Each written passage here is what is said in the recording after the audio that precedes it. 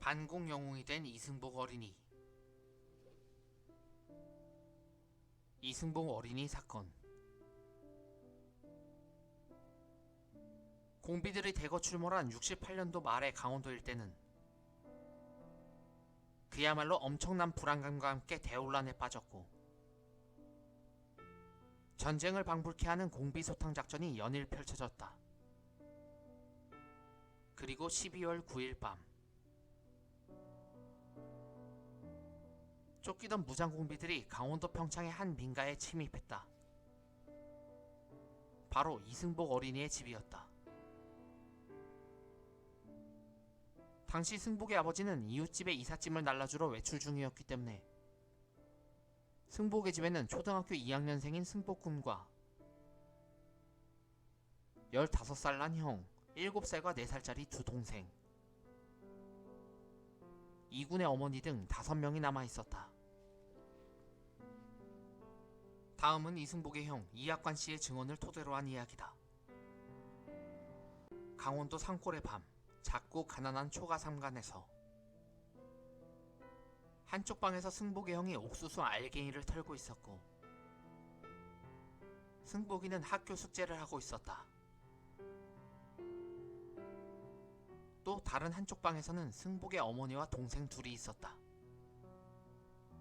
이때 인기척이 들렸다. 누구세요? 누구신지 들어오세요. 그러자 난데없이 공비들이 들이닥쳤다. 그냥 들어가도 됩니까? 그렇게 들어온 공비들은 숙제를 하고 있는 이승복을 붙잡고 물었다. 너 이름이 뭐냐? 이승복입니다. 이때 공비는 이승복의 연필을 붙잡고 물었다. 너 이거 어디서 난 거네? 돈 주고 샀어요. 미국 놈이 갖다 준 거 아니네? 아닌데요? 우리나라에서 만든 거예요. 거짓말하지 말라오. 남조선에서 이런 좋은 연필을 어떻게 만들어? 점점점점점점. 너는 북조선이 좋으냐 남조선이 좋으냐? 우리나라가 좋아요. 그러자 공비의 표정이 급변했다. 뭐야? 남조선이 좋다고? 내래 다시 못 갔어. 북조선이 좋니? 미제 앞잡이하는 남조선이 좋니? 점점점점점점. 그러자 이때 승복의 형은 승복이를 때리지 말라고 사정했다. 아저씨, 내 동생 때리지 마세요. 옆방에서 승복의 어머니도 사정을 했다. 잘못했습니다. 살려주세요. 하지만 그런 말에 공비들은 더욱 눈이 뒤집혔다. 에잇, 다 죽여버려. 그리고 이성을 잃은 공비들은 무차별적인 학살을 자행하고 말았다. 조선일보의 괴상한 특종. 학살을 마친 뒤 공비들은 시체들을 마당으로 끄집어내 퇴비더미 속에 넣고 집으로 덮었다. 그런데 자정무렵 승복의 아버지가 집으로 돌아왔다. 학관아, 승복아, 아버지 오셨다. 그러자 집 뒤에서 숨어있던 공비가 달려들어 아버지의 다리를 칼로 찔렀다. 하지만 아버지는 구사일생으로 위기를 탈출했고 그 길로 곧장 마을로 달려갔다. 뜨아!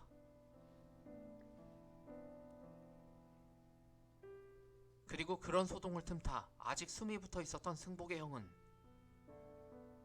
퇴비 더미에서 탈출하여 집 근처에 사는 숙모의 집으로 가서 구조를 요청할 수 있었다. 숙모 큰일 났어요. 공비가. 이후 승복의 형은 새벽 3시경 육군 병원으로 후송되었고 비슷한 시각 신고를 받고 출동한 군인들은 승복의 집을 덮쳤지만 이미 공비들은 모두 떠난 뒤였고 마당 한편에서 싸늘하게 죽은 시체들만 발견했다. 날이 밝자 군 수사기관은 마을의 사진관 주인을 찾아가 현장 사진을 찍어달라고 부탁했고 촬영이 끝나자 시신들은 모두 현장에서 치웠다. 당시 시신을 촬영했던 사진사의 증언이다. 마당에 멍석으로 뭘 덮어놨더라고요. 그래서 이게 뭐냐고 물어보니까 그게 시체라고 그러잖아요. 그리고 군 당국은 오전 11시부터 사건 현장을 소식을 듣고 달려온 언론사 기자들에게 일제히 개방했다. 하지만 시신들은 모두 치워지고 난 후였다. 그런데 조선일보는 괴이한 특종 기사를 보도했다. 이승복 어린이는 공비들에게 살해 위협을 받는 상황에서도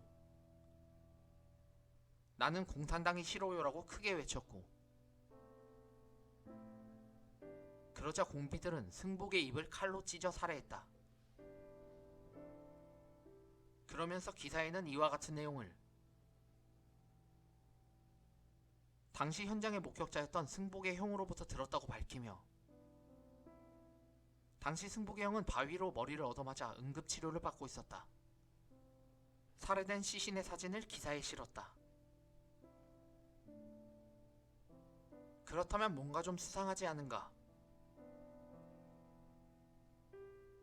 승복의 형은 국군병원으로 실려갔다는데 기자는 어떻게 취재를 했지? 현장의 시신들은 모두 치워진 상태라면서 사진은 또 어떻게 찍었고? 사실 기자를 쓴 조선일보 기자는 사건 현장에 뒤늦게 와서는 마치 살해 현장을 본 것이냐 화려한 상상력을 발휘해서 소설을 쓴 것이다. 반공 영웅이 된 소년. 하지만 조선일보의 특종은 엄청난 파장을 몰고 왔다. 세상에 못된 공비놈들. 그 어린 것의 입을 찢어서 살해를 하다니.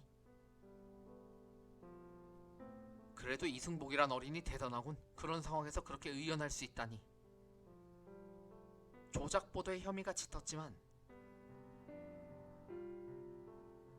반공 기류가 최고조에 이른 당시 상황에서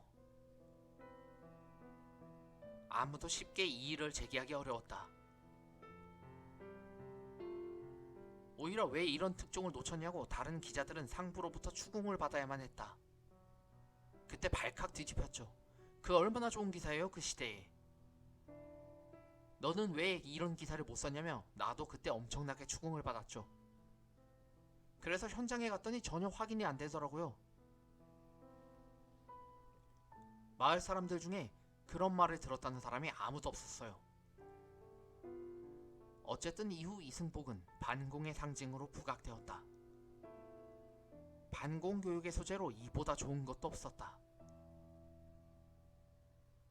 곧 전국의 초등학교마다 이승복 어린이의 동상이 세워졌고 반공 웅변대회나 각종 행사 때마다 이승복의 외침이 반복되었다. 9살 소년 이승복 군은 외쳤습니다. 나는 공산당이 싫어요. 이듬해 초등학교 6학년 교과서엔 이승복의 이야기가 8쪽에 걸쳐 실렸고 80년대 전두환 정권 때는 이승복의 이야기가 14쪽으로 늘어나 5학년 교과서에 수록되었다. 이승복을 기리는 노래도 나와 아이들은 목이 터져라 불렀다. 학생들은 비슷한 또래의 승복 어린이를 통해 자신을 이입시키면서 보다 실감나게 북한 공산당을 공포의 대상으로 이미지화할 수 있었던 것이다. 75년엔 이승복 반공관이 세워졌고 82년에 이승복 기념관이 세워졌다. 이승복 관련 영화도 제작되어 초등학생들의 반공 교육 자료로 활용되었다. 한편 이듬해 1969년에도 북한의 무장공비 난파는 계속되었다. 주문진 무장공비 침투 사건, 흑산도 간첩 침투 사건. 하지만 침투 작전은 번번이 실패했고 소련과 중국은 이런 북한을 도와주기는커녕 오히려 국제적으로 부정적인 인상만 심어주고 있었다. 결국 69년 5월 김일성은 이렇게 말한다. 그동안 대남 공작은 별다른 효과를 보지 못했시라요. 더 이상 해외에서 호전적인 인상을 주어서는 안됩니다. 그리하여 이후 북한은 다시 예전의 평화공세 노선으로 복귀하게 된다.